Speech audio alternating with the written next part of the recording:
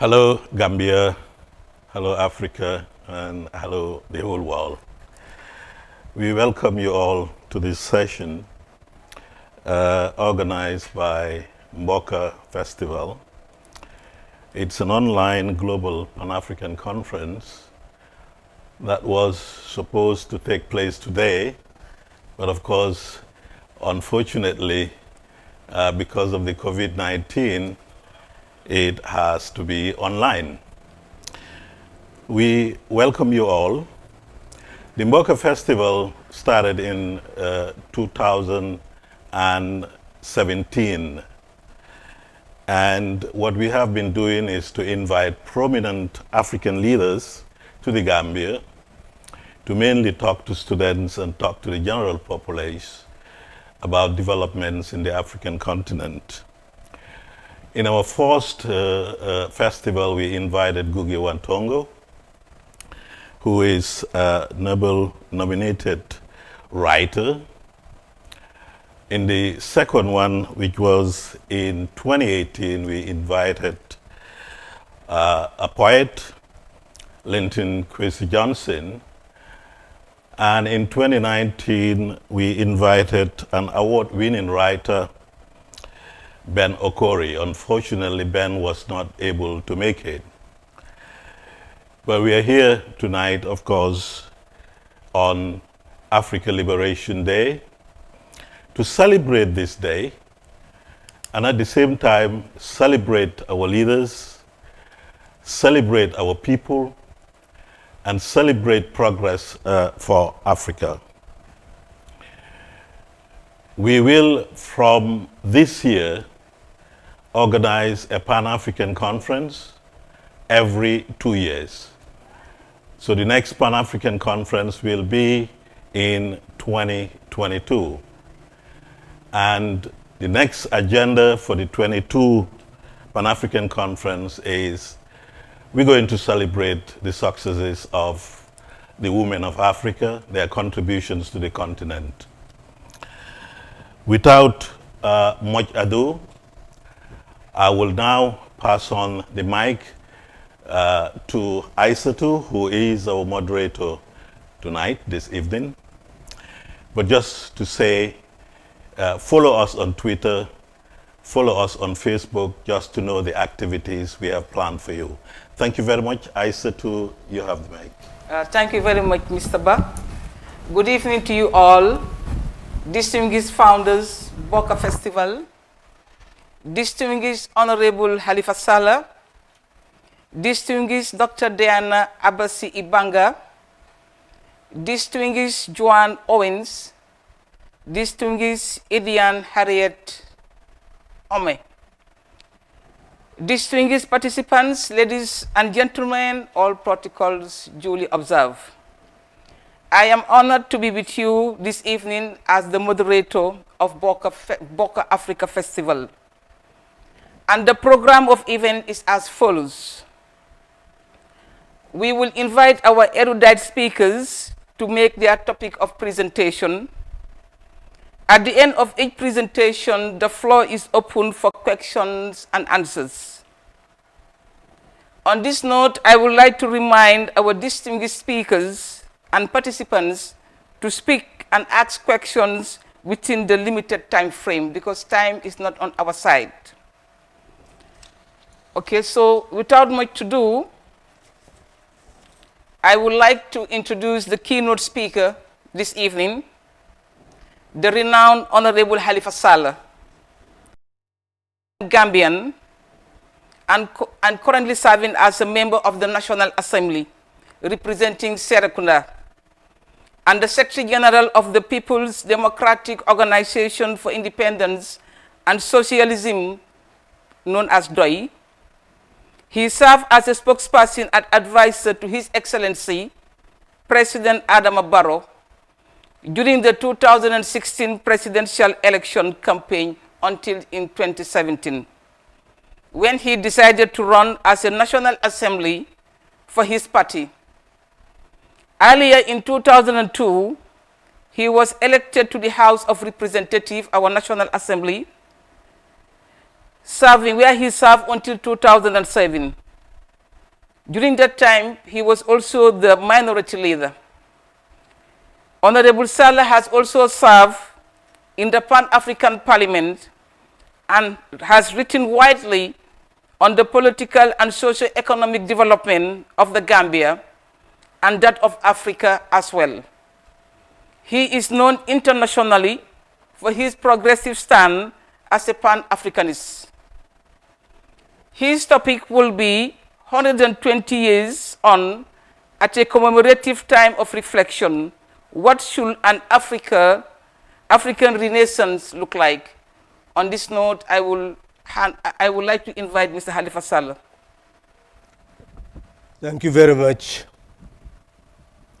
This is not a lecture. It is not a sermon. It is a clarion call from the graveyard of history. Clarion call from the voices that are smoldering in the graves. Despite that torment, their spirits keep marching on to liberty and prosperity. They are not gone, they are here. That is why we are here. We must listen to what they are telling us. The voices of Nkrumah, the voices of Mumi, the voices of Toussaint Louverture, the voices of Gavi, the voices of Dubois, the voices of Wallace Johnson, Macaulay, Kesley Hayford, the voices far as well as near. This is why we are here today. The voices of Equiano, who in 1779 could write about the Zong case, where 30 enslaved Africans were dumped in the ocean by a British company in order to collect cargo insurance.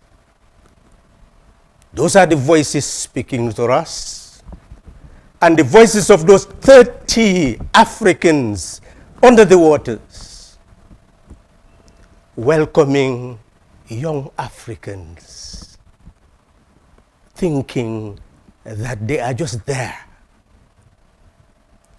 wondering why they were there. Only for those young Africans indicating that, no, they are not enslaved by the might of the gun. They are enslaved by poverty, leaving their countries in search of better lives. And they became more tormented under the waters and asked themselves the fundamental question: why Africa? Those who turn their back at their own history will turn their back at their own future. Those who are lost to themselves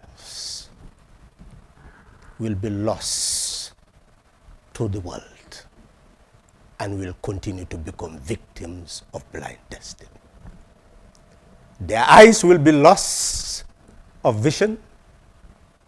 Their hearts will be deprived of a mission. They will sink into the abyss and disappear without trace.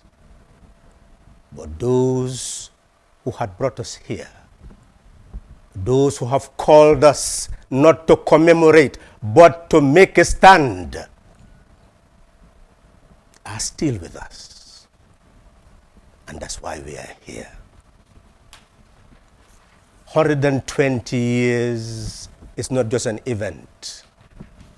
It's connected to a history of a continent, enslaved and taken across the waters, but never conquered, never made slaves. Their hearts spoke the language of freedom. Their minds spoke the language of liberty. And they united hands with mind to struggle for their freedom. Despite being enslaved 300 years ago, Equiano, Cubano, all sought to speak about the evils of slavery, to a point that the slave owners began to listen, not because they had a heart that felt, but they had interests that demanded that they should listen. Because America became free, the umbilical cord was cut, and there was no longer any linkage between taking our people across the waters to unite them with the means of production to produce the raw material that was needed in the other part of the world. So consequently, slavery did no longer serve their interests. And therefore, they had to listen to the voices of the abolitionists, those who spoke to them about the cruelty of slavery, the inhumanity of slavery. And consequently, they began to use those abolitionists as those people who will help them to eradicate slavery, not because of its evil nature, but so that they will be able to settle the enslaved back to their homeland, not as free people, but to be there to help them to dominate their homeland. From removing the people from the land, they were now going to remove the land from the people. And that mission could only be achieved by using our people themselves. That is why they established Freetown. 1820, the American Colonization Society had to work for the resettlement of those who were free from slavery back to their homeland. 1821, they turned towards Liberia.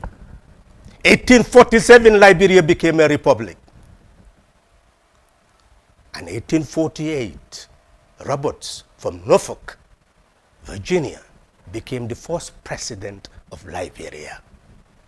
But the intention was to leave the Africans at the level they were, poor and deprived, so that ultimately they will want to go back to a land that they were already, that they already put under subjugation. So they were not working for the liberation of the Africans. And that is what was seen by the Frederick Douglasses. That no, they're talking about Africa for the African, but they did not mean that. We have to struggle to earn our keep where they've brought us. But we must also work for the liberation of our people at home.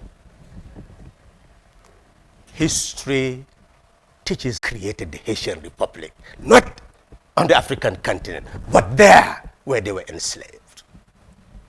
They were taking the land from the people, but the slave owners, those who were enslaved in the Caribbean, were beginning to take the land from the slave owners in order to build republics far afield without having any desire to colonize any territory. You see, from our domination, we are expanding in the world to take charge of the world, to lead the world, because as our ancestors said, we suffered injustice. And the land cried for justice. And we answered to the cry of the land to create liberty. And because of that, the world must learn from us. And they did learn. Haiti became liberated. All the countries, Cuba, Barbados, they all began to struggle. Eventually Jamaica. But as this struggle between the United Kingdom and the newly found America expanded. The economic interests clashed. They began to work against slavery, whilst the southern states of America were still slave owning. Not only slave owning to work on the farm, it became more lucrative to breed and sell slaves. So the abolitionist movement expanded. The southern part of the United States, which relied on the raw materials, the northern part, which relied on the southern part for raw materials, began to see people eventually breeding slaves and selling rather than working on the land. They were working against the industrialization of the North, and therefore a contradiction between the southern slave owners and the northern industrialists expanded, leading to a civil war, 1861 to 1865. 170,000 Africans fought for the Union in that struggle, earning their dignity because of their military might in saving the Union. They had to give them support to become liberated. And Africans, therefore, in the United States, also began to fight for their rights so that they can take charge of who they are in that country where they have served so much, suffered so much, and helped to build. It is their country, even though Africa is also their country. So we began to see a struggle, not only to take over land in the Caribbean, but also struggle for rights in the United States, and all combining together, leading to 1900. 1900 is not an ordinary year. It is a year when the British Crown began to expand its domination far afield in the Falkland Islands as well as in our part of the continent. They came up with the Imperial Act of 1843 to plan how to take charge of our territories, how to build executive and legislative councils and establish settlements controlled by the British Crown, where their law will remain. The Privy Council, advising the Queen, created the law in terms of ordinances that they utilized to rule our people. But in order to consolidate power, when they were fighting among themselves, in 1884 they had to meet at the Berlin Conference, organized by Bismarck, who saw that Germany as a power had to expand its base in all the colonies and eventually prepare itself, position itself to take over the colonies of the other European powers. The other European powers agreed to attend, and the Act of Berlin of 1885 created the basis for the European powers to have peace among themselves and share the booty of our continent, the river Niger, the river Congo, and all its environs, to explore. Geographical societies were established to do exploration, scientific exploration, not for the advancement of science, for the advancement of colonial domination, knowledge for colonial domination. Ultimately, we were completely dominated. We know in the Gambia, up to 1900, they did not have full control. They had to kill the 4-day cabals, the 4-day sailors, ultimately to have control of the Gambia. This is what they did all over the continent. By 1900, they began to have effective control. But Africans in the diaspora, Africans at home, began to get education, the knowledge of liberation. They became aware that two fundamental tools are absolutely essential for liberation. We must have awareness, we must have organization. Without awareness and organization, there is no power. Just like Frederick Douglass has said, power concedes to no one without a demand. It never did, it never will. Nobody gives you freedom. It has to be demanded, and it has to be backed by power to liberate self. It's a long history. We have short time to narrate it. But 1900, Henry Sylvester Williams convened the Pan-African Conference. Africans in the diaspora and at home participated. Queen Victoria saw the might of our people and agreed that the demands they will make will be listened to, but it was never listened to. They transformed the conference into solidarity of the African people against racial discrimination, because everywhere they were educated. Henry Sylvester Williams was a barrister, but they were subjected to discrimination irrespective of their knowledge. Their salvation had to come to uniting with the people in order to liberate the African continent. The conference served its purpose. It galvanized the people who will be ready to be the architects of the liberation of the continent. That is why 1919 was not a surprise, because after 1900, the European powers who met in Berlin began to fight among themselves to divide the colonies once more. 1914 to 1918, vicious First World War. At the end, those who were victorious met in Versailles in order to look at ways where they will demand reparation from the losers. Germany was a loser. The Ottoman Empire was a loser. In 1985, those powers, Germany, United Kingdom, France, Austro-Hungarian Empire, Ottoman Empire. You still hear Africans talk about Ottoman Empire. It was an imperial power dominating throughout the Middle East, moving into North Africa. These were all powers. Denmark, Norway, all these countries were imperial powers at the time. Belgium. The base of their wealth to build capitalism came from that colonial domination. We must never lose sight of that history. And they must never lose sight of their responsibility in eradicating that future of their history by adding value to the African continent and the African people. Essentially, in 1919, they met to prepare the Treaty of Versailles. And in that meeting, people like Dubois requested from the President of the United States, President Wilson, that they should accompany him to France. Yes, he took some of them. But when they demanded that side by side with the discussion on reparation, they must also talk about self-determination of the African people, he was kept aside. But they never gave up. Our ancestors never gave up. They knew what they wanted. And Blaise Diagne was met by Dubois. Blaise Diagne, because of the policy of assimilation, was a deputy in the French Parliament. And by virtue of the fact that he could mobilize 100,000 Africans to fight for France during the First World War, he was given recognition. Clemenceau has to recognize him.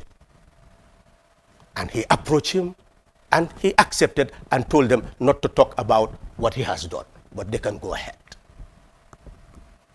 That is how the first Pan-African Congress took place in France in 1919. Africans fought and died at the Battle of Marne. You have your Flanders poppies. Dubois has shown how, without any protection, they were marching against the enemy, being shot and died, until all of them were massacred. For what purpose? For others to continue to dominate them. The Pan-Africanists said no, and warned me in terms of time. You say we should not violate the time. Give me 5 minutes wherever you feel that I should come to conclusion. Because this is a long history, and it's a rich history. It's a history that you can continue narrating for days, not for minutes. In 1919, the Pan-Africanists met. And you talk about the Universal Declaration of Human Rights. But when the Pan-Africanists met, they came up with a resolution. Now listen to the resolution of 1919. They said that you are meeting here to take over the possession of the conquered powers. We will not allow that to happen anymore. Germany owned all these territories. Over 20 million people were under the German territories. And we will not allow you to take all those 20 million people and subjugate them.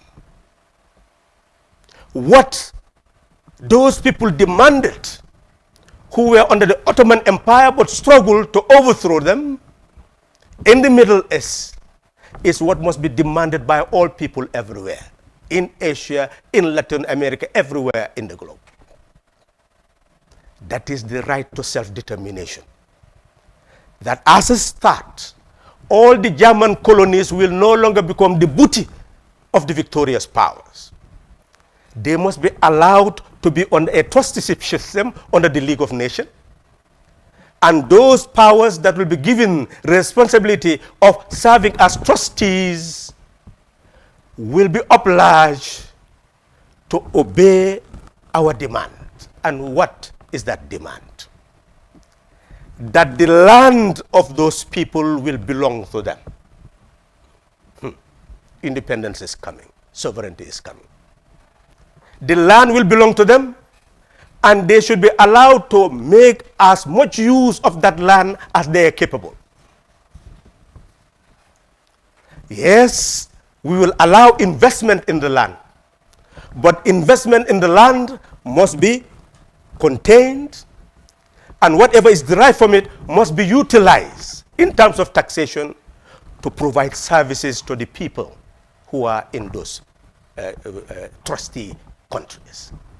Number one. That the minerals could be invested into and developed, but limited in time, and must not be exhausted, and must be tasked, and what is derived from it must be utilized to promote the services that the people need. Forced labor must be abolished, slavery must be abolished, and labor must be properly rewarded. That going further, they must ensure that education is given free of charge to those people who are now being prepared for self-determination and independence. And it must not only be done in the language of the colonials, but also the language of those people, their indigenous languages. Imagine, 1919, that the education must have three characteristics. One, there must be academic as well as technical education, and education in culture, meaning education of normative values. So you're talking about technical, academic, and socialization education in values. What can be more comprehensive? 1919. That the teachers must be trained free of charge, and they must be prepared in these three areas to be able to transfer knowledge and values to the children in those countries. And what was more profound, and that is the basis of this sharing today, and that is the way forward, because I've been told it's 5 minutes left. They said immediately the Africans must be given the opportunity to engage in self-government.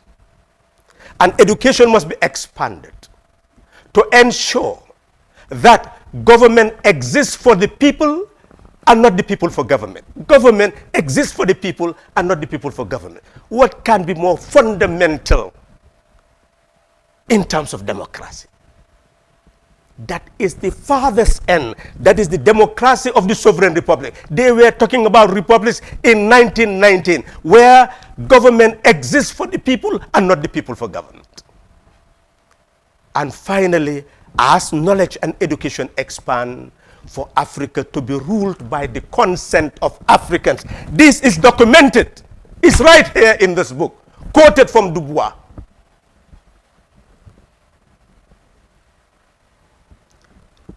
You can see what has happened to us.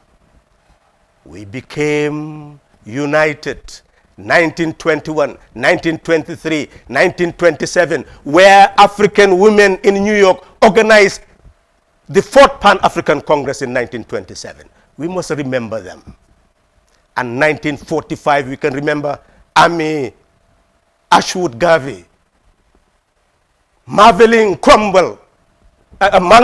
Churchill by declaring that we, supported by all colonized people, are demanding and we must emancipate ourselves. That was our conclusion at the Fifth Pan-African Congress, where the Nkrumahs, the Jomo Kenyattas, all of them were ready now to come back to the continent and liberate the continent. Yes, from 1945, 1957, Ghana has become independent. The liberation of Ghana was meaningless unless it was linked to the total liberation of the continent. 1958, April, Nkrumah called all the free states, African states, to prepare the ground for the liberation of the continent. December, all liberation movements came to Ghana. By 1963, liberation was there. 31 states met in Addis Ababa to sign that declaration to establish the OAU. 31 states. Africa was marching towards her liberation. And Article 2 emphasizes that the primary objective was to decolonize the continent. That's the trajectory. We are now to move forward. They talked about the NEPADs, Africa Continental Free Trade Zones, but history teaches us, as Nkrumah told us, that this Africa of 1.3 million people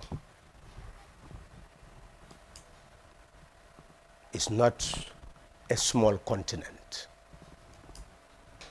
It has all the resources in the world that others want, that we also want. It has the Caribbean and the states, its diaspora.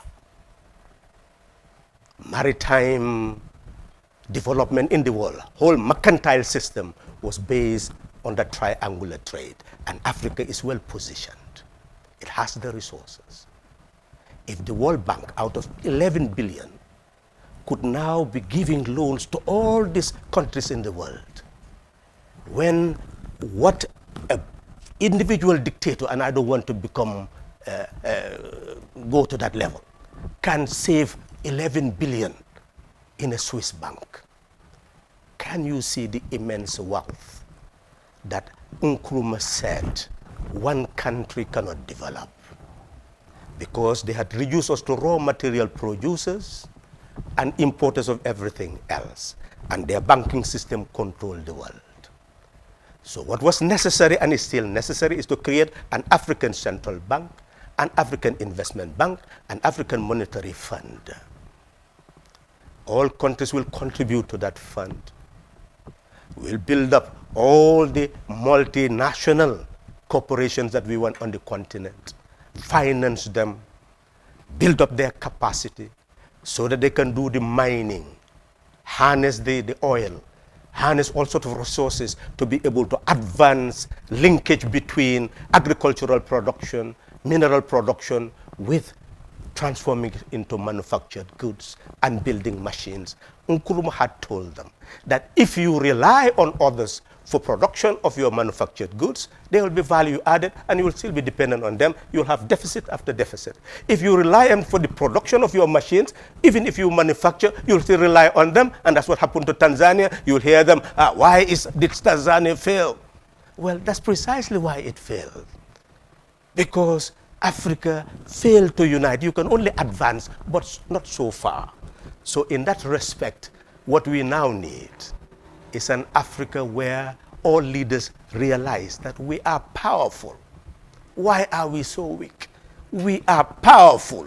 Why are we so weak? We have all the resources in the world, but we are not utilizing them for our liberation. What is the direction?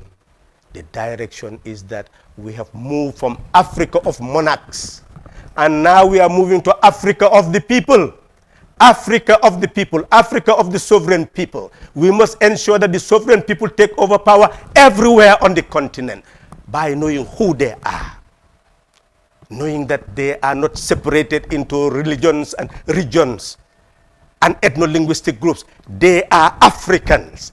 They are citizens of a continent, but now the starting point, citizens of countries. Let's start from the citizens of countries, develop the consciousness to become citizens of a continent so that we can determine who rule us.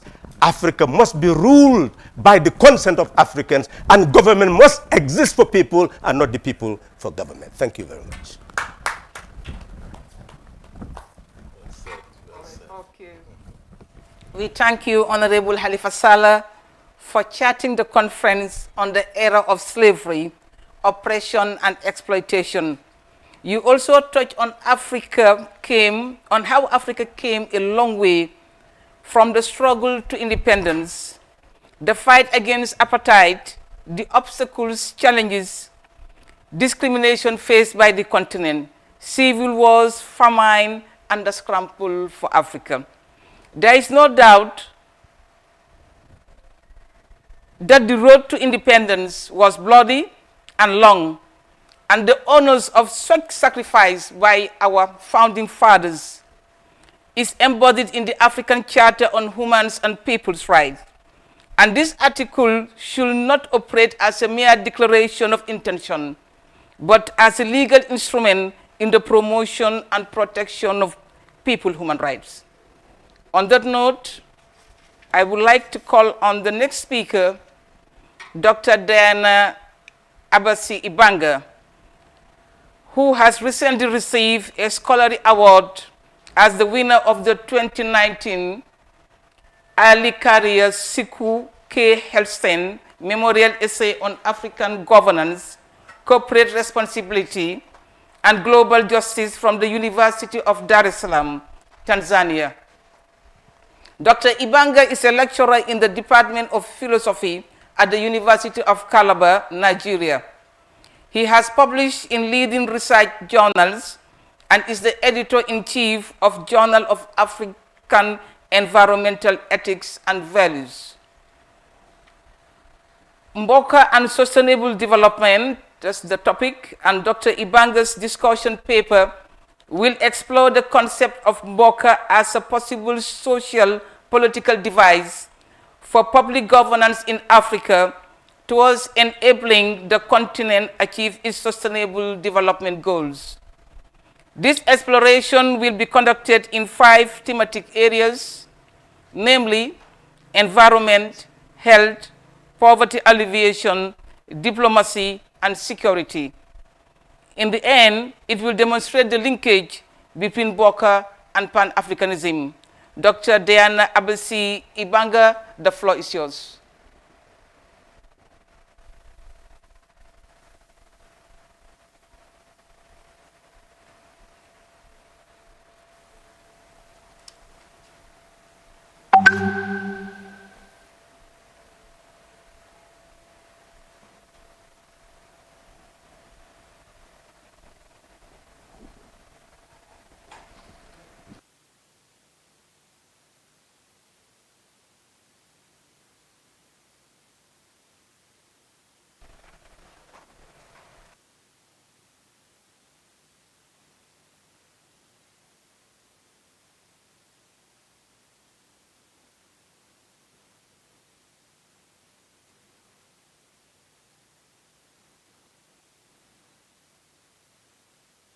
Okay, let me call on the next speaker, Joan Owens. Joan Owens is a professional martial arts fighter, self-defense instructor, a Pan-Africanist, and an educator. Joan is a United States Marine Corps veteran, and he holds a BA in sociology from UNC at Chapel Hill. Joan founded an international non-profit that focuses on combating gender-based violence in Uganda. He owns a self-defense academy in North Carolina, where he currently resides. His topic will be Pan-Africanism in Action. Joan Owens will talk on Pan-Africanism in action on a contemporary praxis for African advocates He will be emphasizing the importance of mastering the tools and resources that we have access today and weaponizing them for liberation. Results being the metric of success, not only honoring our heroes and heroes through commemoration, but by building on their revolutionary legacy. Thank you, Joanne Owens. The floor is yours. I want to start by saying much love and respect to everyone who's joining the call. Much respect and appreciation for to the Mamboka Festival for putting this together in the middle of a pandemic. But that just speaks to that African resourcefulness. I want to start by building on what our sister said. This is about Pan-Africanism in action. I want to let everyone know that, you know, it's not just enough to be cultural Pan-Africanists. You understand? We honor our ancestors by continuing the work, by continuing their work and continuing the work, learning from the mistakes that we've made in the past and also evolving. We live in a evolving system of oppression. The elephant in the room, of course, we're talking about white supremacy, an ever-evolving system that constantly weaponizes everything. One of our great ancestors, Dr. Clark, told us a while ago, we must use everything that comes into our life and turn it into an instrument of our liberation or throw it into the ash cans of history. So as not to be so abstract, I want to get into the basis of this discussion today, Pan-Africanism in action, basically using the contemporary tools that we have access to build upon African revolution. First, we want to start with our mission, which has not changed. We'll talk about tools, and we'll talk about tactics, and ultimately action. The mission has not changed. Kwame Nkrumah told us, ultimately, the total liberation and unification of African people under scientific socialism. That was the goal then. That is still the goal now. I can tell you, as someone who is a veteran, a lot of powerful militaries, not only do they have a base where they are, but they set up bases in other places, in other countries, to work in their benefit, not the benefit of the people. So we also have this strategic advantage, regardless of how it was brought about. We still have this advantage with the diaspora. What we have to understand is that we need to be organized. We are out organized. And in addition to being organized, we've got to talk about something that we don't talk much about in these spaces, and that's power. Our great ancestor, Dr. Amos Wilson, used to always break down that it's not about why we're in this position or who or why this man, metaphorically speaking, does what he does. He does what he does because he has the power to do so. So if African people are serious about our liberation, we must be serious about changing the power dynamic between African people and non-African people. Okay, so to get in some more concrete specifics, I want to talk about some tools at our disposal that a lot of our ancestors didn't have that I want to make sure we're taking advantage of. Our brother was talking about Garvey, and when we think about the ambition of Garvey and the UNIA and how he organized millions of African people with no social media, you understand? And the fact that we're speaking now speaks to the power of what we can do. So I want to say to everyone who's on this call and everyone who's viewing, I implore you to let this reignite the fire of Pan-Africanism. And being a part of this call isn't enough. Every aspect of your life, how you spend your money, how you don't spend your money, how you treat people, how you teach, what you wear, what you think. Some tools that I want to talk about specifically today, social media. So this is the power. We can use this as a tool in terms of getting in touch with each other wherever we are on the globe and making solid connections with each other. You understand? Pan-African Saturday schools. This is also something that the majority of us have the ability to construct in a way. We understand that a lot of times our children are being miseducated, and we understand why. But it's not enough just to complain about it. We all are not in a situation where we can send our children to schools that teach about African revolution and liberation all day. We understand that. But creating a Pan-African Saturday school is something that I implore everyone to do, or at the very least, study sessions for your children. Transferring money. With a lot of the monetary systems we have today, to transfer money regardless of where we are on the globe, this is something that we must take advantage of. This is something that has not existed before 20, 30 years ago, especially at the cheap rate that it is now. But again, to weaponize that and take advantage of that, that's going to necessitate a level of organization. Also, the language barrier, something that has constantly, hampered a lot of our organizing, especially when we think of English-speaking places and the Francophone Pan-Africanists. You understand? With Google Translate, with a lot of the tools that we have today, because of technology, that some of them are extremely cheap, we need to take advantage of this. And also, we understand it's not just enough to be what we call cultural Pan-Africanists. We can't just wear and think Pan-Africanism. We have to actualize it. We have to ultimately transform society. We have to transform reality. And though that starts in our consciousness, we can't simply be stuck on analysis. Ultimately, it's time to act. We know what we must do, and it's time to do what we must do. Another thing I wanted to speak on is organizational power.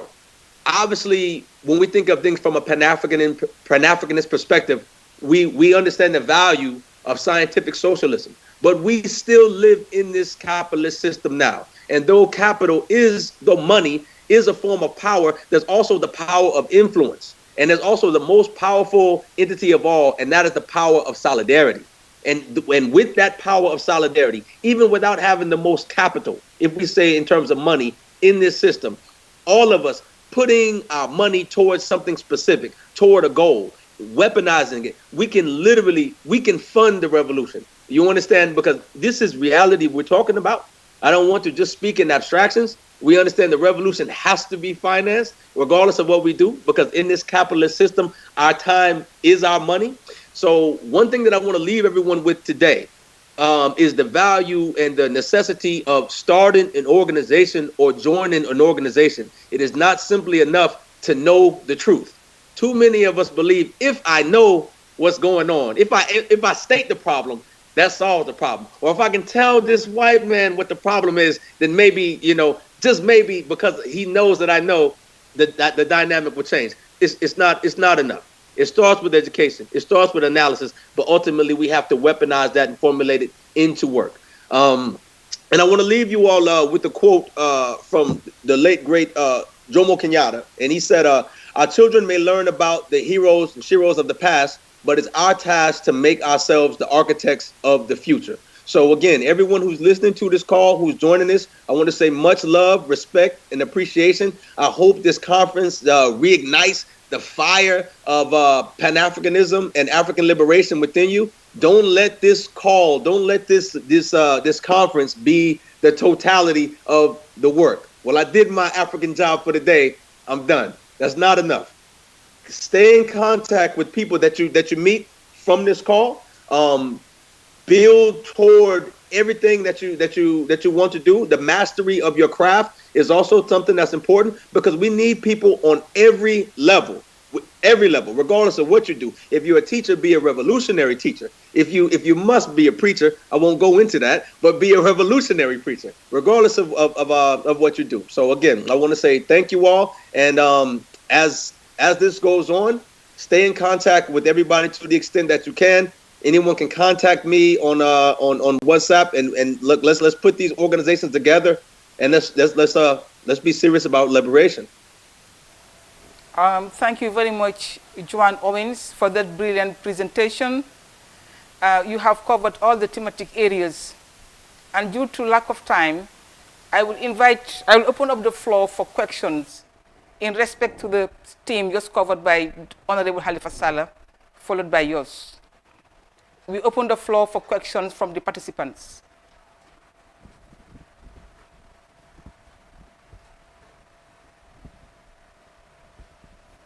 Are you hearing? Okay, questions? Okay. All right, or we can proceed up until to the very end, or? Yeah. Okay. All right, so now I will call on the next speaker, Edian Harriet Omowe.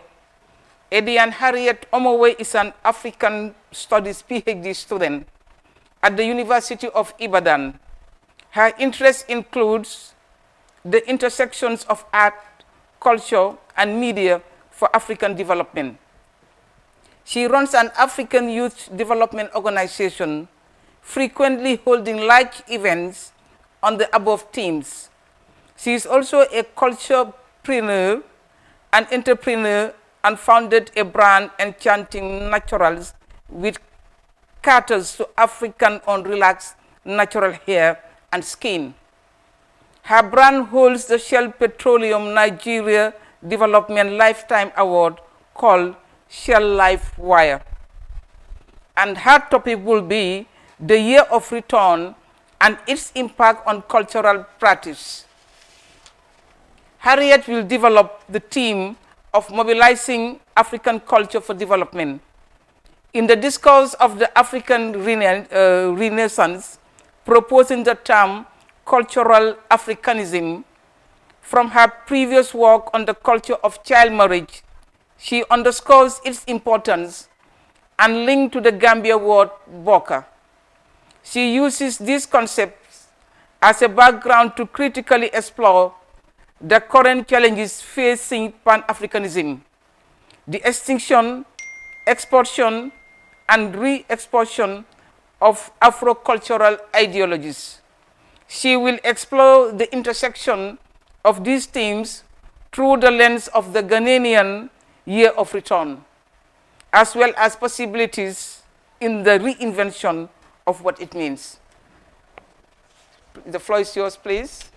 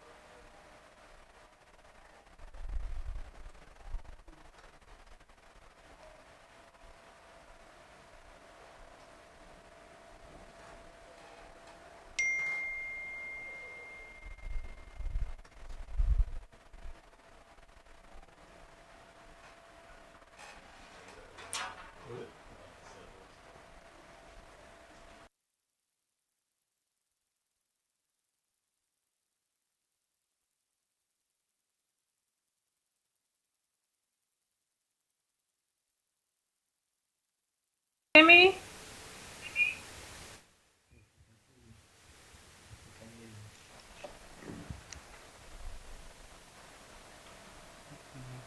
Mami, can you hear me?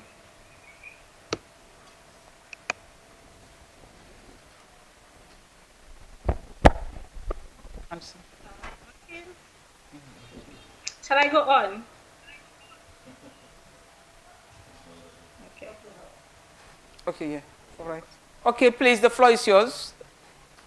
She's not hearing. Okay. Thank you very much. So, first of all, I would like to say a big thank you to everyone, definitely to the Imboka team. I'm trying to share my screen. Just a minute. Okay. First of all, a big thank you to everyone. My name is Harriet Daniel Mowe. I'm a PhD student, as the introduction has stated, in Cultural and African Studies here at University of Ibadan. And my institute is the Institute of African Studies. So I want to say a big thank you to everyone that has joined us today, despite the coronavirus times, and I hope that everyone is safe wherever you are tuning in from. The first time that I talked and reflected on Africa as we are doing today, I was 4 years old, and it was for my school event and in kindergarten, and I was talking about Africa, my Africa of proud warriors. And so when I got the call to take part in today's event, there was definitely no way that I was going to turn down. I definitely was going to say yes. And so we are here again today to also reflect on this Africa so far, what has happened what is happening and what can happen with the Africa that we call our Africa. Because of that and the time frame, I'm not going to do a typical academic presentation. I'm going to make it a short, hopefully very concise presentation. Now, when we talk about the African Renaissance, several pictures come into our mind. Definitely, one of the pictures that come into our mind is an Africa that is united, an Africa where things are working productively, and an Africa that is definitely not a victim of slavery. In as much as we will not minimize the struggles of our ancestors, we definitely do not want to stay in one position, just like the previous speaker said. We don't want to be stuck. We want to move beyond the analysis of what has happened, and we want to get to the point where we are actually creating results and seeing a new reality as envisioned in the African Renaissance, the picture of the African Renaissance. To that end, therefore, I came up with this paper because I was in Ghana last year, and the research continues of looking at ways in which culture can actually be mobilized as a solution to some of the problems that we face today in Africa. When we speak of an African Renaissance, various reflections have been done. Some people have posited that we can achieve this by creating a united state of Africa. Some other people have posited that it could be done through languages, that it could be done through religion and other diverse arguments. However, few arguments have actually explored the possibilities embedded within the African culture as a means to unite Africans across various parts of the world, not just in Africa, but in Jamaica, in the Caribbean, in the US, in the UK, and in Europe. And then to this end, I would like to talk about some of the things that Pan-Africanism actually has in mind when this movement started. And one of these things has to do with the construction. For example, I'm using this because my discussion and findings from the Ghana Year of Return is going to focus on this. The construction of an African single market that is open to all African people in the diaspora. The granting of African citizenship to all African people in the diaspora who so requested in order to enable them to settle anywhere they want in Africa and hence contribute to its development as a fundamental civic duty, just like the first speaker mentioned. Now, I'm trying to share the next slide.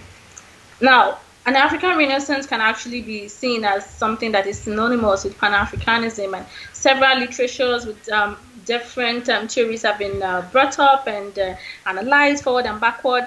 But like I said before, this is a forward-moving conversation, what I am proposing now. To this end, I coined the term cultural Africanism. What do I mean by cultural Africanism? I'm going to tie this with the word Mboka, which I believe is from the Wolof language in Gambia, but it means oneness. Now, when I talk about cultural Africanism, I'm referring to that same oneness, in that Africa can move beyond the point where we are trying to have a horizontal, a vertical interrogation and interactions with the world, wherein we accept what the West tells us as ideal, but instead to look at the African cultural experience as rich enough to solve any problems that arise from within Africa. If this is really so, then we can actually have lesser people saying, oh, I am Ghanaian, oh, I am Nigerian, and for that reason, you cannot tell me that this is wrong with my culture. Why am I saying this? This is because when I was researching child marriage among the Hausas, I used a film called Dry, as produced by Stephanie Okereke Linus. She's from the Igbo tribe in Nigeria, and at some point we were going from communities to communities to screen this film, and a lot of the feedback that I was getting was because of the fact that she was an Igbo person. She had no right to tell them that child marriage was wrong. But Africans can listen to a Westerner telling them that child marriage is wrong. Now, cultural Africanism therefore posits that if we really believe that we are one as Africans, then we can collectively critique African culture and be of the stance that, okay, if you think something is wrong with my culture, maybe there is something I can actually look at and remove from here, borrow from your own to make it better, and then celebrate African culture together rather than waiting for the West to validate what our cultural practices should be or shouldn't be, because their experiences and their lived realities is very different from that which is obtainable in the African experience, whether that African is in Africa or is in the diaspora. Because studies have shown that despite the fact that the Africans in diaspora may at one time or the other believe that their experiences are different, in truth, whether it's police brutality, whether it's racism, the experiences of the African man really just falls down to his color, to his skin tone, and it has nothing to do with where he stays or whether or not his accent is Americanized or not. Now, because of the academics that may be in the house, I would mention a little bit about methodology. I am conducting this research using participant observations. I'm using in-depth interviews. I've had numerous interviews with people while I was in Accra, and I intend to have some more if the coronavirus shifts, hopefully very soon, as well as netography and personal stories from aged Africans, some of whom actually witnessed some of the things we're trying to reflect on today. Okay, I will try to share the next slide as we move on to a bit of time. The ways in which African culture can actually be used to, create changes that would represent the Africa that we are hoping to see. Now, to talk about this, in here, I'm now going to focus on the Ghanaian Year of the Return and what Ghana has done and what we can actually learn from this.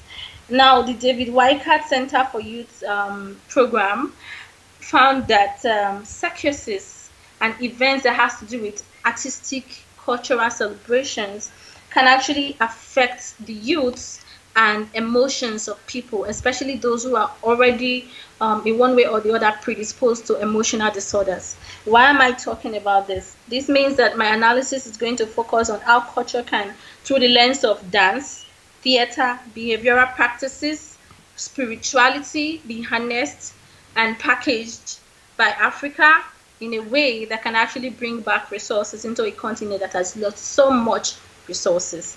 Now, when we talk about circuses, I am going to take it to the next slide, but before I do that, I just want to talk about what happened in Ghana in the Year of the Return. The Ghanaian Year of the Return, for those who do not know, was actually declared last year by the Ghanaian president, and it was done as a way of commemorating the 400th year of slavery that the slaves were taken from Africa to Virginia. Now, what happened during this year? Actually, this year was one of the Ghanaian Minister for Tourism noted that over 237,000 visitors came into Ghana last year alone.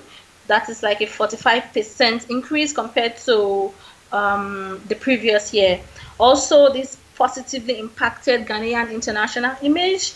Over 126 citizenship was granted, several visas were granted, and also a lot of these people who returned from the diaspora set up businesses in Ghana, contributing massively to the Ghanaian economy, so much so that it is said that $1.9 billion was actually made from the Year of the Return alone in Ghana. Now, the Ghanaian government also concluded by saying that the media attention and the public relations that Ghana got from declaring this Year of the Return, if paid for, would have amounted to about $3.5 trillion. So this obviously means that this was a successful year, and consequently, Ghana has declared what is now called Beyond the Year of the Return. This event, as done last year, brought Africans from all over the world into Ghana. Not just Africans, there were people from other races too, but this conversation focuses on Africans. And then they were there and they were seeing African culture, they saw where they came from, they saw their history, they felt welcome, from Beyonce to Naomi Campbell, which further slides are going to show. They were in Africa and they were in Ghana, and then they were welcome. And then the Ghanaian symbols as well, the ones that has to do with unity, Akwaba, and the rest of them, you would see them along the streets as Ghanaian craftsmen crafted these and were interested in really mobilizing African culture in full force for economic development and then also social integration. Now, what should we learn from this? As I said before, Ghana has not declared the year of the return beyond the return. So it's a continuous process now down to further notice, who knows. What can we learn from this? The point that I am trying to raise is that, just like the speaker before me mentioned, culture is a lot of things, and it's true that Africans have gone through a pained experience that cannot be denied.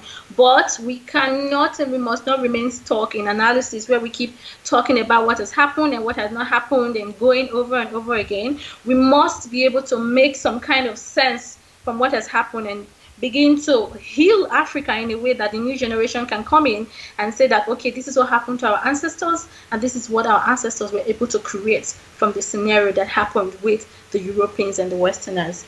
Now, I will give a typical example by using the dance called Atilogu dance.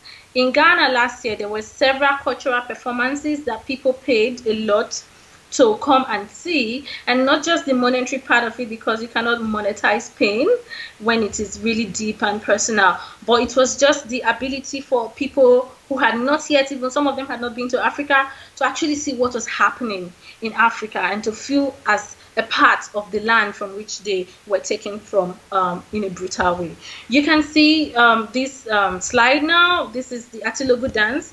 There are other kinds of dance in Africa that has this sort of circus kind of shape.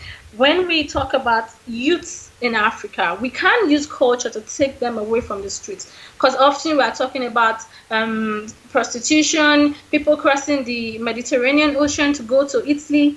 This can actually stop if we can actually monetize and mobilize culture in this way to do this, because it is said that one of the strongest places from which people can draw energy is from indigenous cultural practices, because it's so deep and it is something that people are very, very passionate about. For that reason, if this were to happen, then one can be very sure that African youth will actually get away from the street, or at least street actions will be monetized. Please bear with me. The power outage is out, so I'm speaking in darkness now while the gen is being fixed. So the next thing that I'm going to talk about in this context of using African dances is something that has to do with just a minute, please. I am in darkness, like I mentioned earlier.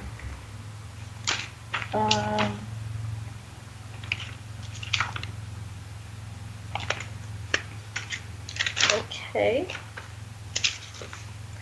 Patronage of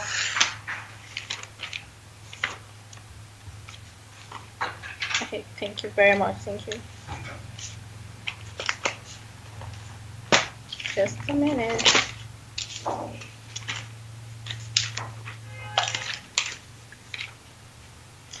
Patronage of African artworks and African cultural agencies by the government.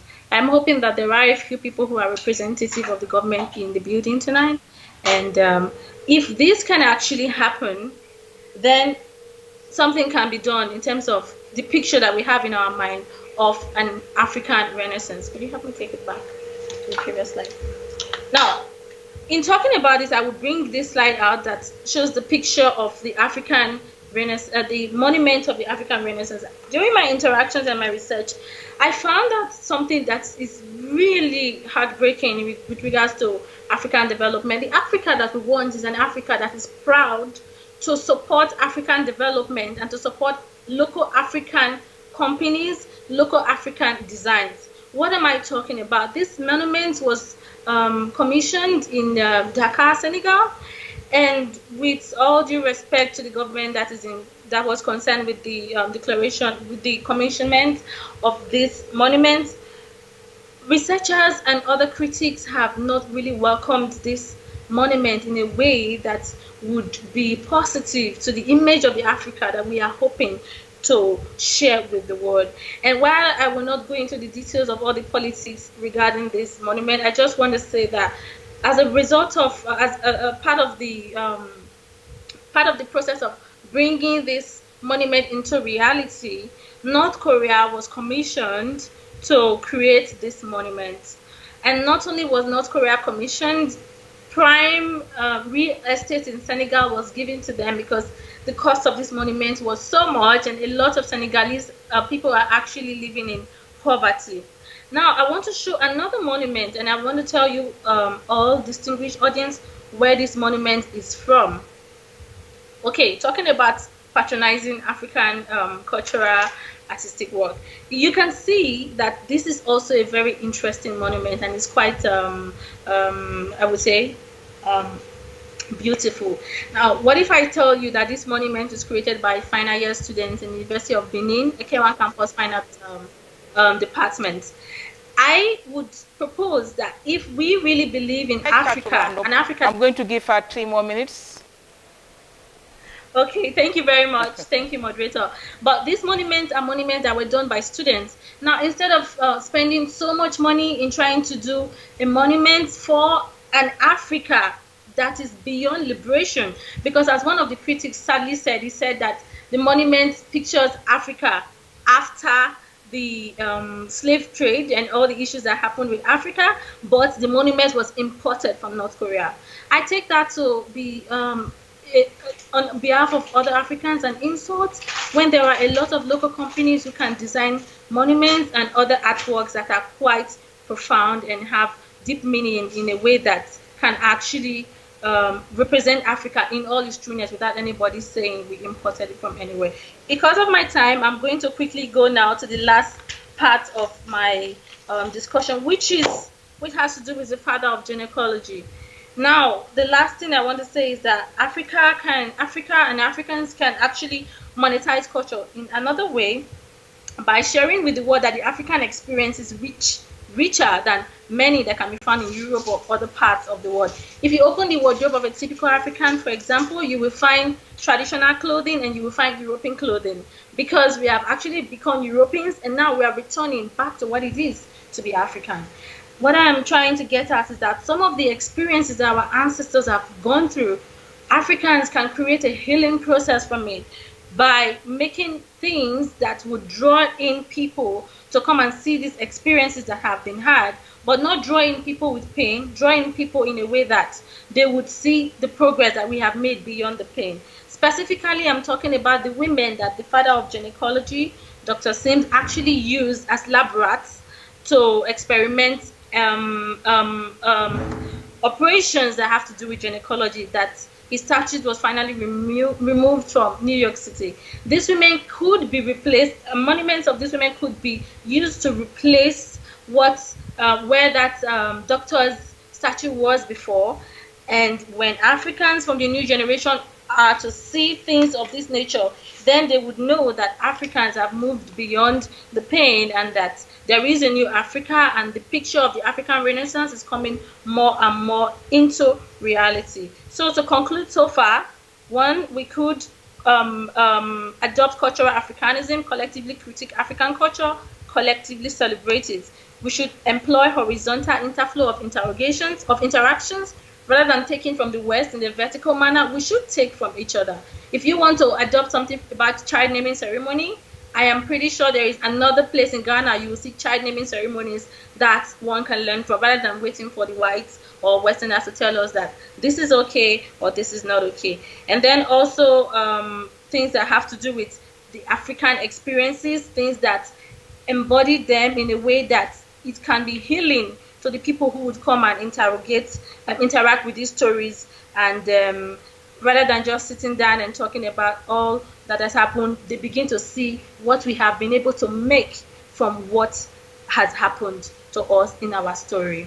Thank you very much for the time. Wow, thank you very much, Eliane, for that brilliant and enjoyable presentation on mobilizing African culture for development, proposing the term cultural Africanism. Thanks. We now open the floor for questions and answers. We invite the participants. Yes, okay, they already sent it. You're right. And the first question here is from Brian Masowangain. Sorry if I pronounce it wrong. The question is, most of us living today will not see the Africa we envisage.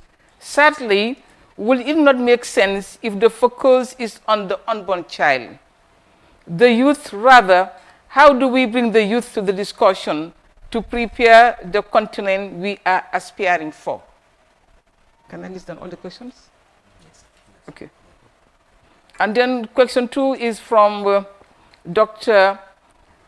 Akarakwa. And the question is, how has the African Renaissance led us to the current insecurity we find ourselves? That has led to a lot of people living in fear, which was not so.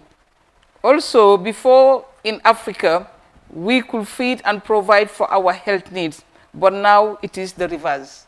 I'm just quoting verbatim what has been said. That's question 2. Question 3 is from Iboro Joshua Atuge.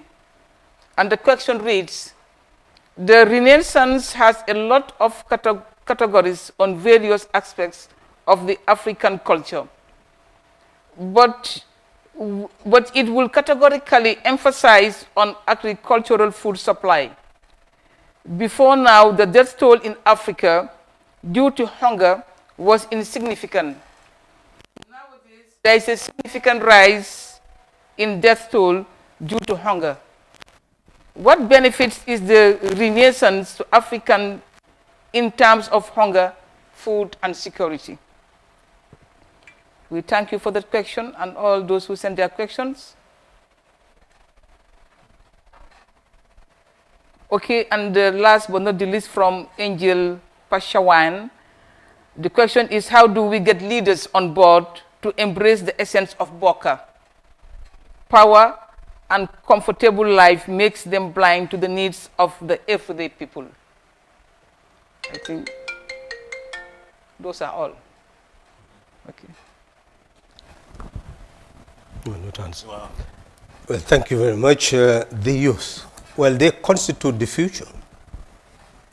Whatever we do today is for them. What we fail to do is at their expense. You've heard what the young lady mentioned. We must look at the past, not to live in it, but to understand why we have the current situation so that we'll be able to map out what to do in the future. How can we have a plan for the youth without their education and preparing them to take charge of Africa? And that is why the education system must be interrogated. The Pan-Africanists emphasize 3 elements in education: academic, technical, as well as values. This is what all countries must begin to look at to prepare an education system that will prepare our young people to take charge of an Africa that can serve their interests. That is what is important. The young lady has mentioned in terms of culture how to harness indigenous achievements.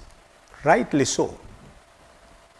What is important is to know what those indigenous achievements are, because we were at the level of handicraft when we interacted with Europe. They moved into industrialization, and as a result, our handicraft was squashed. Why? Because it was cheaper to produce those manufactured goods and sell it to us at cheaper prices than to engage in handicraft production. So what is the reverse? The reverse is that in order to have self-reliance, we have cloth that we used to produce at the level of handicraft. Now we can reinvent that in terms of tourism in Africa, so that those products will now be purchased by people who will add to our economy. It can also mean the type of dress that we have, you can weave it into that. You look at the issue of the jars that we used to produce. Other countries are transforming those jars into artifacts. We can do the same. How do we do pottery? So essentially, we must reinvent ourselves by ensuring that under the current modern conditions, there are demands for artifacts of different sorts. So we can look at the past and help the young people to be able to engage in that as a means of income. That is a way to move forward. But primarily, you must listen to the whole discourse, that we cannot simply think that Africa as it is can eradicate the poverty of our people. It cannot. Nigeria at the moment, we are told, is over 600 billion in terms of GDP. They say it is the leading economy in the country, in the continent. South Africa follows with 4-point-something billion. And it goes down the line.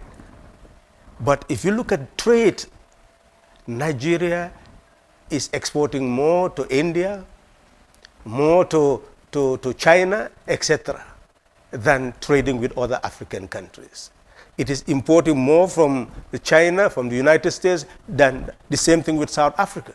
So you see that all these economies that are in Africa currently are linked to other economies outside, rather than linked to the economies of the continent. So we must recalibrate that. We must look at that, because it is possible to build up an African economy, because all you need is a banking system where each state will contribute money to. And that banking system can still give investment to those who are producing everywhere in the continent. If it is agriculture, to be able to give them fertilizer, seed, farming implements. In all our countries, you can have these cooperative banks.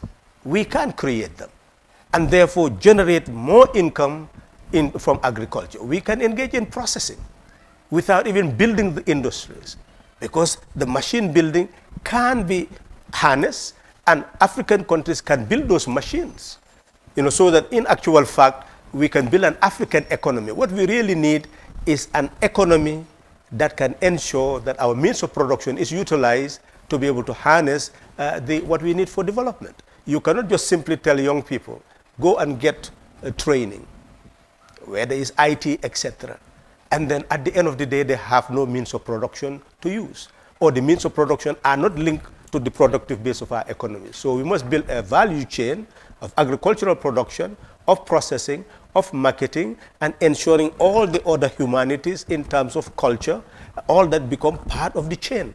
So that is a whole process which must come with the second person questioning what is the use of the Renaissance if people are still living in poverty, and if leaders concentrate on accumulation of wealth rather than building their countries. Well, clearly the questions are linked. We are talking about a new Africa.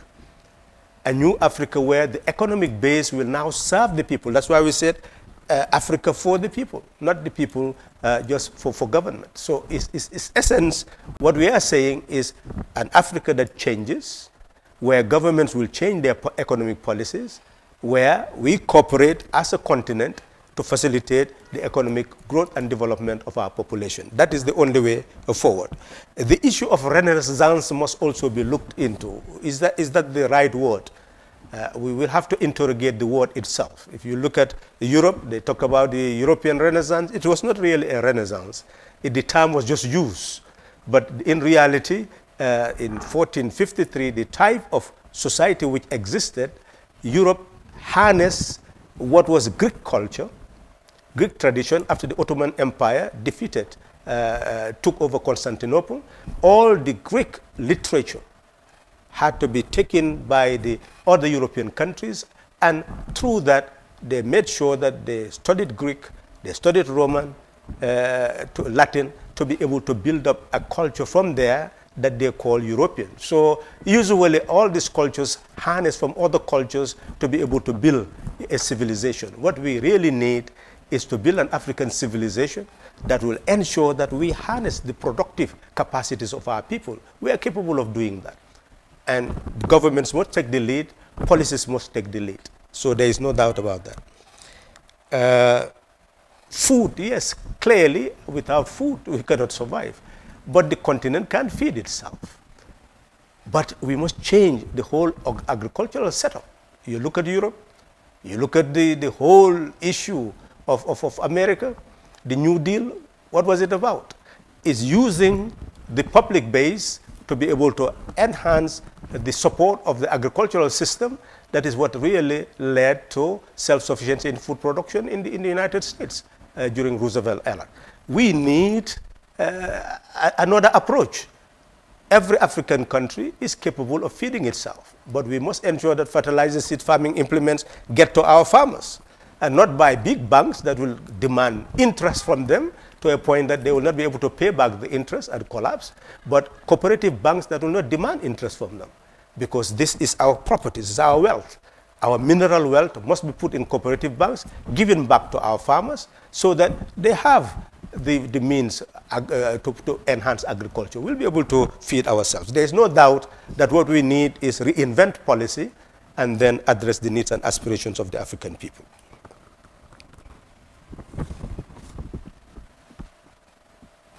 I hope I have addressed the key questions. Okay, thank you very much, Honorable Halifa Sallah, for answering those questions being raised by participants. I'm quite sure there is no iota of doubt that their issues were covered. Okay, now we are coming close to the end of the program, and I would like to deliver the vote of thanks. Yes, okay. From where? Okay, that's fine. Oh, yes. Yeah. We have a small time. Okay, yes. So where can you sit? Oh. No, we have sorry, there is a participant who would like to ask some questions. She's right here before us. What is the best? You said that I should continue talking, I shouldn't stop. Okay. Maybe Halifa should continue. Okay, Mr. Sallah. Well, yes. Essentially, we have seen the whole discuss must not only be a matter of thinking that what exists now is what must continue. We must interrogate what has happened in the past, but we must also interrogate why we have not moved forward. Look at Ghana, look at Congo, look at how rich Congo is, and what actually happened to Congo in 1960, and the killing of Lumumba. Young people must know that that is important, because Nkrumah and Lumumba signed an agreement on the 8th of August, 1960, to establish a Union of African States. And you can imagine if the two economies had been merged, what type of Africa would we have had today? And that is really precisely what we must now move to know that we go to the European Development Fund to be able to get money to build some of our roads, but essentially Europe has its European Investment Bank. All countries contribute to it. It gives loans and make profit, and therefore can expand its capital base. Can Africa not do that? Yes, we are capable of doing that. So essentially, this is what is being said, that African leaders must not be myopic in only thinking of narrow nationalism. They must expand to see that together we can build mighty banks that will give resources to multinational African companies that will harness oil, harness our minerals, and move forward to produce the machines that we need, milling machines, farming implements, that we need really to build up the chain of producing agricultural products, processing them, and marketing them. So it is essential for us to really move in that direction. Okay, and Mr. Sallah, we have a question from Job Malik. And the question is, are Africans losing sight of a second wave of colonialism from China? As we continue to hear stories of huge loans linked to collateral of leasing of natural resources from African states. The stories of an East African government relinquishing ownership of its seaport to China, or the rumor of Gambia leasing part of the Gunjur Beach to China for 100 years come to mind, according to the questioner. Mr. Saleh? Well, essentially, this is the whole discourse. The discourse is very simple. What China had done was to link to the economies that you used to call the tiger states, invest in Africa, other parts of the world, gain foreign exchange, invest them in bonds, in the United States, in Britain, and put it in their banking system, raise huge foreign exchange, and continue to expand its industrial base and investment in other parts of the world. That's what it is doing. Rather than complaining, what are we doing to reverse the process? That's the question. The challenge is to African leaders. Why can't we not ensure that we unify our countries? The diamonds that are being produced, the oil being produced, all these are sources of capital to put in a bank that we will call an investment bank. We can't build an African central bank. We can't build an African monetary fund to promote inter-African trade, to promote our trade with the rest of the world. The question is, are we doing that?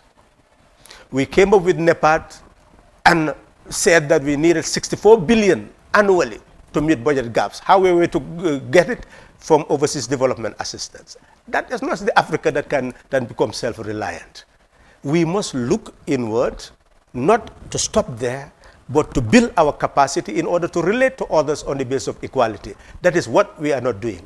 So the challenge is to African leaders. Unless we have African leaders that will agree to come together, harness African resources, put it in an African investment bank so that we invest in each other's respective countries. What China is doing now in terms of investment, Africa can do it for itself and relate to China on the basis of equality. Without doing that, we'll ever be dependent. And we must do that to free ourselves from poverty. Okay, and then we have another participant from America called Bamba Sohna. And the question is, I am the current president of the Gambia Texas Association. I met Honorable Saleh a couple of years ago in Dallas, Texas, where we had him as a guest speaker of a symposium we hosted. My sincere greetings to Mr. Saleh. I think that's a commendation. But the question reads, how can people like myself play bigger roles in helping with Pan-Africanism? What suggestion can we provide current African leaders with as it relates to the education of African cultural anthropology to our youth? From Bamba. Well, Pan-Africanism is not a religion. It's an agenda. And the agenda is clear. You read the books, you see it very clear. I have emphasized the points since 1919. How do we make Africa to serve her people? How do we ensure that Africa is ruled by her people? And our whole struggle is limited by that fact, that we need three fundamental revolutions. You need the nationalist revolution to take charge of our country and our continent. You need a democratic revolution to ensure that the people are in charge. And you need a socialist revolution. I will not go far because there are ideological discourse on that. But what we mean by a socialist revolution, meaning that all the wealth of Africa belong to the African people. Even though we must now move in stages, but we can see that over the years, external forces took ownership of all our wealth, our oil, our diamond, everything, our cocoa. Ghana and Côte d'Ivoire are the biggest producers of cocoa. But we are the biggest consumers of chocolate produced from other parts of the world. And value added will give them million times the profit. What prevents us from being able to produce chocolate? So essentially, then we are saying that it is important that in the competition that they are in, it is very difficult for our economies to grow, because they control the banking system. They control the industries. What we are, raw material producers. We are saying that in order to change that, obviously the Gambian farmer, you cannot say, well, this is the banking system, go and take loan and you'll pay interest to be able to engage in small scale farming. You will not survive. That's why Gambian farmers had not survived in the past. There was the Gambia Commercial and Development Bank. They will go and take loans from it and will not be able to pay the interest. So therefore, when we talk about the socialist idea, is that you must be able to create a cooperative bank where what you mentioned in terms of Chinese having control over the beach in Gunjur, in Katong, in Sanyang, or another company controlling the mines there, we are saying that either you have food sale control or you have a public-private partnership where the state has absolute majority, so that the wealth coming from there will go into our banking system. Now you can support the poor in terms of agriculture. You can give them the loan, fertilizer, and farming implements that they need without paying interest. So there will be interest-free loans. They will just be paying what they have received with service charges. This is what we talk about, that Africa must reposition itself. What about African companies in terms of oil production? You must have a multinational company, Nigeria and Angola, all coming together, and then make sure that from the African Investment Bank, you will help that company, and it will be Africa private company owned, maybe Africans who will build the type of company that has that niche. And in that sense, they will work together to build that company so that they will mine the fields that we have in terms of mineral and also the oil that is going to be produced. We must make sure, or a company that is producing capital in South Africa, etc. You put them together. You give them support from the African Investment Bank. This is what will help Africa to move forward. Without that, we will not move forward. And for your role, we must understand the message and convey that message in the right way. Otherwise, one will begin to see that these people are talking about a world where white people and black people are going to be fighting, a world where you're going to say that nobody will be an investor in this or that. So in essence, we lose track. We must take charge of where we are and strategically assist each other to move forward. If we need government to play a role where it has the niche, let it play a role. If we have some private companies that can play a role, they must have the niche. But ultimately, we must ensure that all wealth must go back to eradicate the poverty of our people. That is possible, and we must ensure that that happens. And Pan-Africanism is really building an Africa of the people where government exists for people and not people for government. Okay, thank you very much, Mr. Salah. Honorable, my attention has been drawn to the fact that one of the panelists would like to take up the floor and add up to the question being raised. The floor is yours.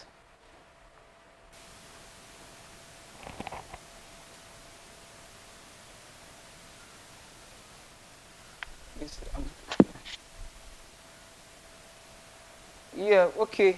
Please, you can come on. The mic is mute. The mic. Okay, the mic is mute. We are not hearing. Yeah, I have done it. Okay.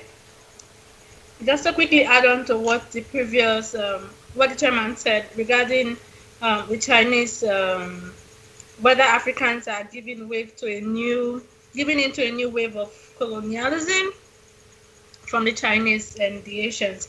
I wanted to just add that, okay, I am not an economist, so I cannot really give analysis from the economic perspective, but I am an entrepreneur, and I know that the baby steps count, and that's a fact.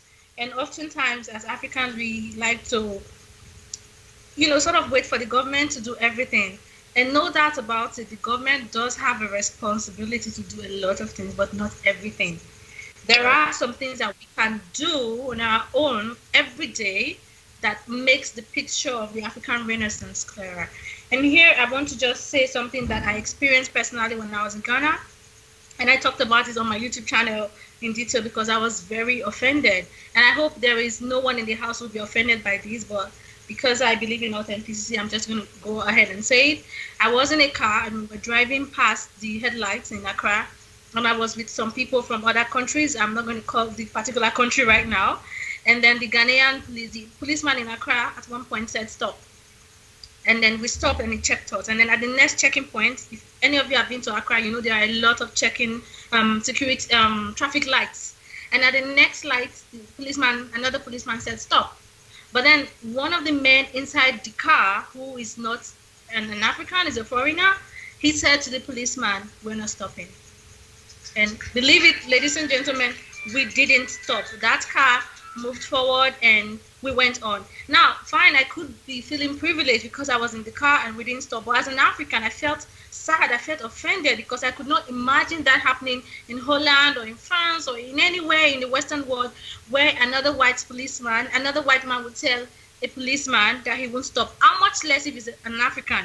He would be apprehended and probably shot immediately on sight. So those are the kind of small things that happen that breaks my heart in the conversation of Africa. Now, when we talk about the Chinese, if we as Africans actually in our own small world get entrepreneurial in our own small spaces, entrepreneurs have a lot of power if harnessed collectively. Yes, there are a lot of things in Africa that can be mobilized for economic purposes. If we continue to do this, when I started my business on African Hair, I never realized that I would go on to win funding from Shell, and now, hopefully, subsequently, Tony Elumelu Foundation. You don't have to wait for the government to do everything for you. Start from somewhere, start from where you are, and that mentality begins to change small. The baby steps count, and before you know it, there is a new Africa before us. Thank you very much. Idian, for that intervention. I would like to invite Sakila, a participant who would like to ask some questions. Good evening, thank you. So we've been hearing a lot about African Renaissance and building Africa together, but there's one group of people that's never really looked upon very seriously, and those are descendants of the enslaved who were taken away from Africa over 500 years ago. And we want to come and build Africa. We want to change the narrative of Africa, but we're not taken seriously. We're not recognized. Currently, we are talking to the Gambian government about the constitution, to include us in that constitution in terms of citizenship. But if we're not recognized, how can we, as Africans together, build Africa together if you're not even recognizing a major part of your ancestor family who has returned by choice to come and build the Africa that we also want? We don't want foreign investors, we don't want foreign money, we have residual money as well. Why are we not being taken seriously as part of this African Renaissance to help build Africa as well? We talked about Garvey, we talked about Nkrumah. Both of those men talked about the Africans off the continent. When are we going to start recognizing the Africans off the continent and those Africans that have returned home to help build the free, self-reliant Africa that we are all talking about? Thank you. Oh, thank you very much, Sakila. I would really long to see the day when such a thing will happen. We have seen it happening right now in Israel. All the Jews are welcome, and they will call Israel their home. But since we have a member from the legislature and a National Assembly member, your question would be better addressed by Honorable Halifa Saleh. Well, thank you very much. We have seen the powers that we have to liberate the West Indies, to struggle for rights in the United States, to liberate the African continent. That is the power of the African people. And that is what we must harness. We have not. To harness it, it means that the home that everybody was struggling for must be everybody's home. The idea was the Sixth Pan-African Congress aimed to create an African diaspora, and the diaspora was supposed to be 6 regions. And essentially, constitutions should have changed in terms of citizenship, because if you look at the constitution of Ghana, when Nkrumah and Lumumba met, the constitution of Ghana changed to a point that they agreed that if it came to the unification of Africa, you did not need even a referendum. It would have just featured in the constitution of Ghana. So all constitutions should really have that input in terms of citizenship. Because the sad thing is that even in the constitution of Gambia, or the laws dealing with nationality, they came to a point where you could even be a citizen of the Gambia on the basis of your investment. So anybody from any part of the world could become citizen of Gambia by virtue of the investment. That provision was added. So if you can do that, what about somebody who claimed by virtue of blood to be from Africa, but because of losing trace of actual origin of a particular place, then what happens to that person?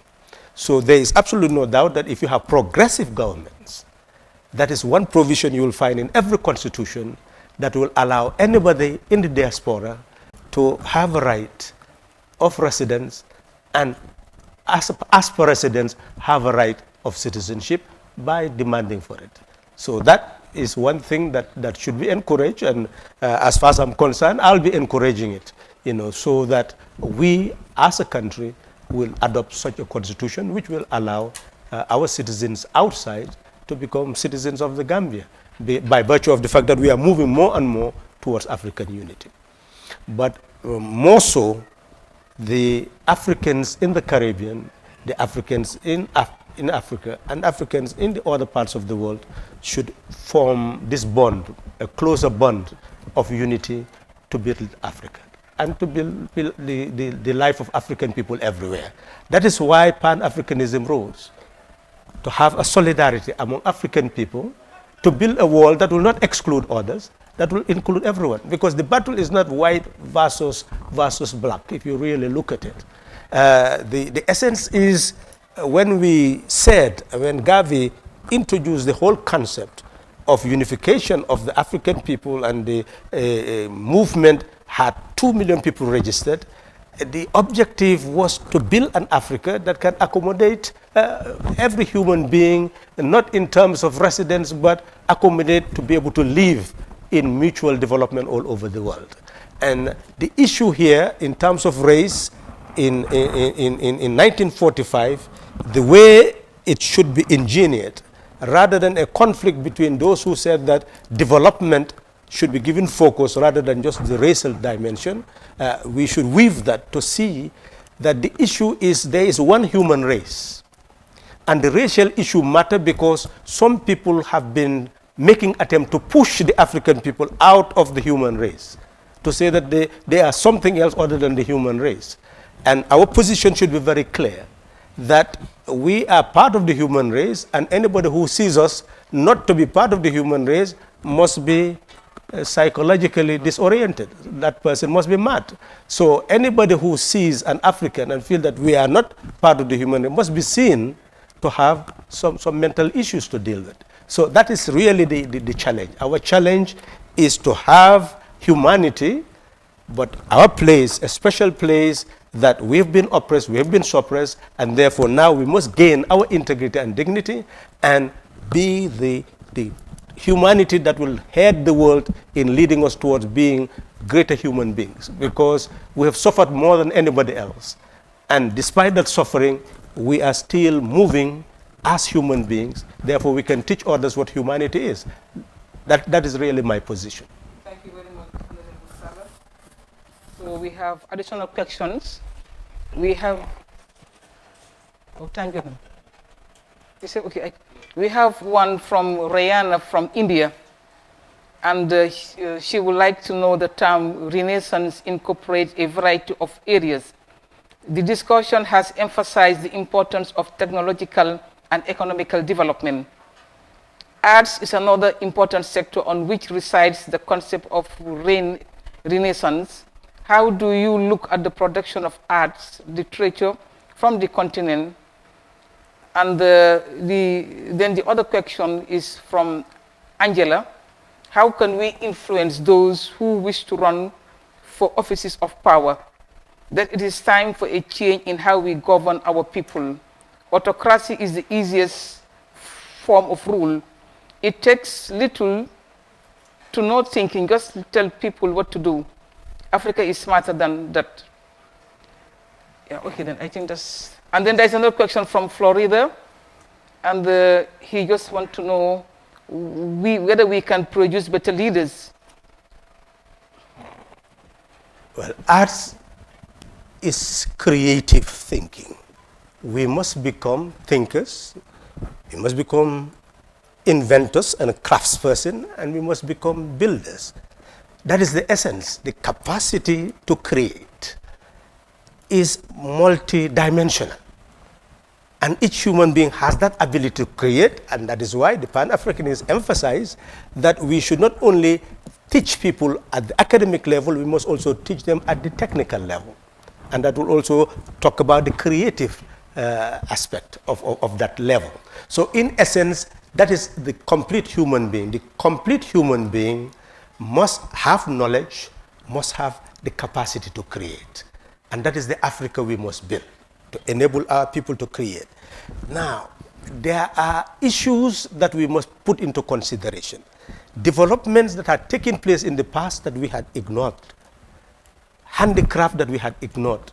So we must go back and enrich ourselves with that knowledge and apply it to our modern circumstances. That is very essential.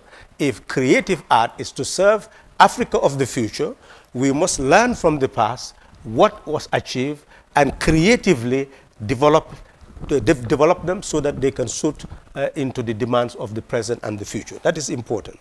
Now, the issue of dictators and those who have been ruling on the basis of tyrannical pursuits, it is important for us to delineate three levels of development. The level of nationalism, which in all parts of the world we had to create nations, and there were national leaders, they played their part. But we must move to the second level of the people taking charge, the people ruling by their consent.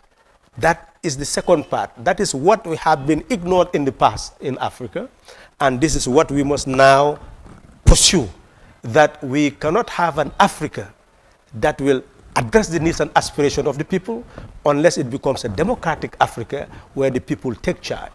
And this particular slogan is something, if there is anything that you have not taken from me, this particular slogan must be taken from the Pan-Africanists, that governments must exist for the people and not the people for government. This is the basis of the sovereignty of the people. So we must move to that level.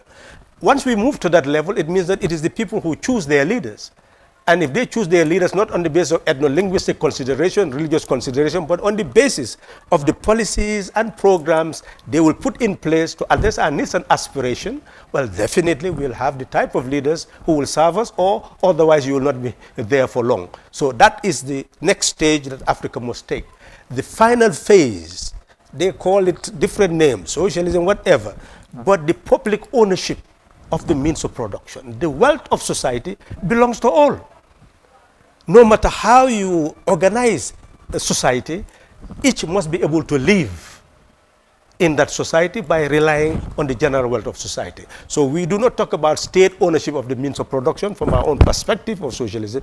It's public ownership of the means of production. It means that all of us own the land, all of us own the ocean, all of us own everything that should be harnessed for us to live. But each of us now must work and get the benefit of our sweat. That is the type of society that can save Africa. Thank you very much, Honorable Salah.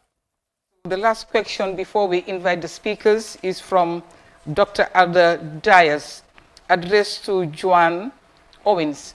And the question is, how can historically black colleges and universities in the United States, such as the University of the District of Columbia, support African economies and initiatives? How can historically black colleges and universities, such as the University of the District, okay, I think it's repeating the same question. Yeah, so that's all. Joan Owens, are you with us? Yes, can you hear me? Yes. Can you hear me? Yes, we are hearing. Okay.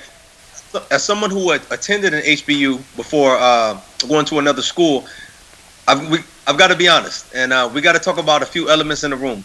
The same way our sister was asking about countries on the continent finding ways for Africans in the diaspora to be able to navigate through society a little easier. It's the same problem when we talk about HBCUs.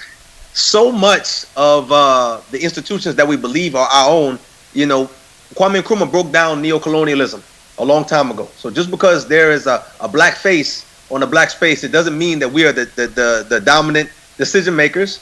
But so as far as a school, most schools, we understand they are privately owned, right? You understand they take money, they take capital. This is why a lot of HBCUs have trouble with that, keeping the accreditation sometimes. What I would recommend for someone who is attending an HBCU is to start a club. You have initiatives in school where you can start clubs at the school on behalf of the school, as long as you're a student there, and you can raise money. They have endowments that a lot of people put in place, and so much of that money is just sitting there because it's not claimed by institutions. So just educate yourself about your school's specific protocol for starting the club, and then push and advocate for those initiatives. Using a lot of what we'll call institutional power to bring about the changes that we need is very important. We need to do it on an interpersonal level, on a societal level, and of course on an institutional level. And when it comes to universities are very powerful in terms of getting things done. So basically, to be specific, to answer your question, learn about the rules and protocols of your school to establish an official school, not just a club, but an official group on behalf of the school, and then find a specific contact where you want to go. Sometimes when we say Africa, we understand this is a continent. We don't want to get into this fighting over colonial flags, but we understand there are very different cultures. So find a specific place, understand what is culturally relevant for that place, make contacts on the ground, and again, using the tools that we have at our disposal, the tools we're using now, and then go from there. So that's what I would suggest. That's something that's very possible, and it's definitely necessary. Okay, thank you very much. Can I just add one thing to what he has said? What is important is the curricula that is being utilized by all these universities. There is need for a consensus building in terms of what is taught about Africa. Where there's University of West Indies, where the universities in the United States that concentrate on building the conscience and the conception that African people should have. It is in Africa, so there was the plan under the OAU to build an African university that will ensure the building of the knowledge base to educate the African. That has not been done. So that is the project that one should engage in. It's not only about, I even hate to use the word renaissance. The issue is really a birth itself. We are yet to be born. So what is important is really having this type of discourse so that the inspiration will come from all of us to see that we need to have a new start. That new start is now. Once we accept that, we are all part of it. Okay, thank you very much, Honorable Salah, and that brings us to the end of the program. Let me just briefly deliver the vote of thanks. It is with deep sense of privilege and humility to express on behalf of the international organizers, Bokal Literary Festival, speakers and participants in this conference, our profound gratitude for your involvement and participation, for the time taken of your busy schedule to join us here today and to share the occasion with us. There is no doubt that your brilliant presentation have laid down due emphasis on the importance of African Renaissance, which has touched on crucial aspects germane to those challenges we have to overcome. Your presentations will serve as an inspiration for ensuing deliberation on this topic. On this note, I would like to make a quotation from Mr. Tabombeki on African Renaissance by Professor Felmo Olifile Manumo, Senior Lecturer, Faculty of Humanities, Northeast University of South Africa. And I quote, "As articulated in Mr. Mbeki's statement, I am convinced that a great burden rests on the shoulders of Africa intelligentsia to help us achieve these objectives. We have arrived at the point where the enormous brain power which our continent possesses that became a vital infrastructure in helping us to serve our equitable space with a world affected by a rapid process of globalization and from which we cannot escape." End of quotation. On this note, I would like to thank once again all invited speakers and participants for their valuable contribution. I have the honor with us to acknowledge the constructive contribution of your overall participation. And thank you very much, and please continue to stay safe in the fight against the coronavirus COVID-19. Thanks. It's good to remind us.